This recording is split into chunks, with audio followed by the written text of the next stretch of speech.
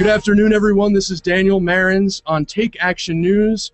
Welcome to Take Action News, the show where we go through the week's news and tell you how you can take action to influence outcomes. A big shout out to all of our listeners in the Chicago area on WCPT, Chicago's Progressive Talk, in Columbus, Ohio, WVKO, Ohio's Progressive Talk, in Grand Rapids, Michigan on Public Reality Radio, and parts of Oklahoma on this beautiful but cold Saturday, February 23rd.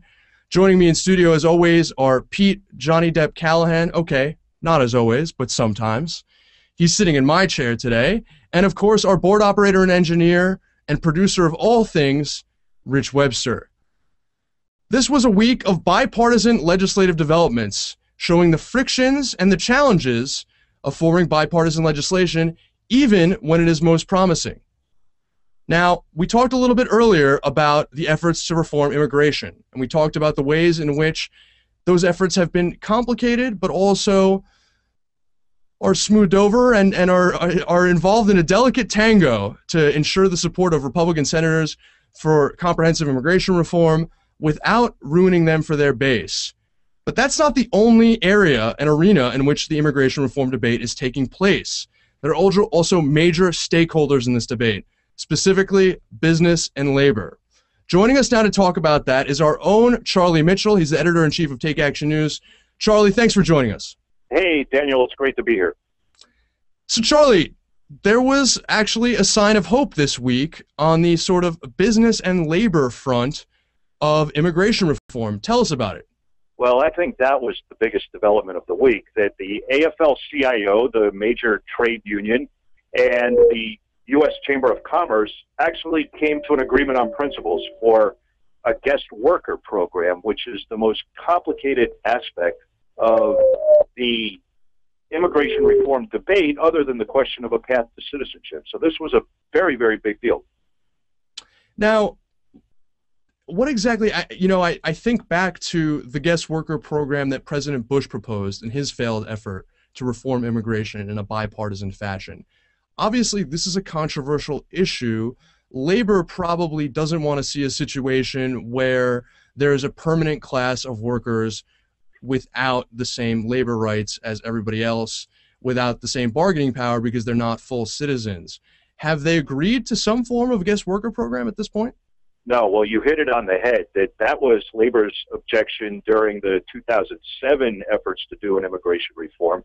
And so what business has come to agree with is that guest workers should have some access to permanent status here, which is a big move, and also that there's the creation of a new government agency that is going to analyze the labor market and make an objective call on when we need new workers to come in to fill shortages that Native Americans, that U.S. citizens aren't filling.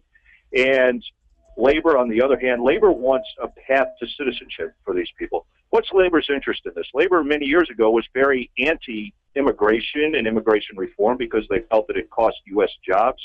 They have felt that the guest worker program historically was a vestige of that, where you could hire a cheap laborer for a part-time position and then send them back to Mexico or, however it went, and that a U.S. worker was being excluded. But they feel that they've gotten over this, and labor wants new workers who want to join the labor movement. Frankly, labor, the percentage of people who are in organized labor, who are members of unions right now, is the lowest it's been, in the last half century. And this is a way for them to replenish their ranks, which is why labor is very, very interested in getting an overall immigration deal. And having to accept a guest worker program is kind of the price of that. And they were willing to pay that as long as there were certain protections in it, such as that an independent analyst within the government would be looking to see what the labor market is and trying to keep an eye on, making sure the business isn't just taking advantage of its ability to get guest workers so that they aren't hiring people full-time with full benefits and, healthcare and everything else. Well, Charlie, it's such an interesting point that a lot hinges on how this independent body is formed and how it's composed, I have to think.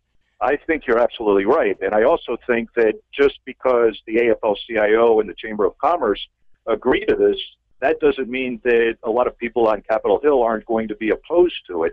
I think that, frankly, it's going to be a pretty tough issue to resolve legislatively because, you know, you have a lot of people who are just going to react. They're going to react at a gut level against any expansion of government and saying, wait a minute, you're creating a new federal entity here. We oppose that. That's going to be a tough nut to crack. And how you structure this thing, I mean, on paper at this stage, it looks pretty good from both the labor and business perspective, but the politicians will get their hands on this. It will be a lot more difficult.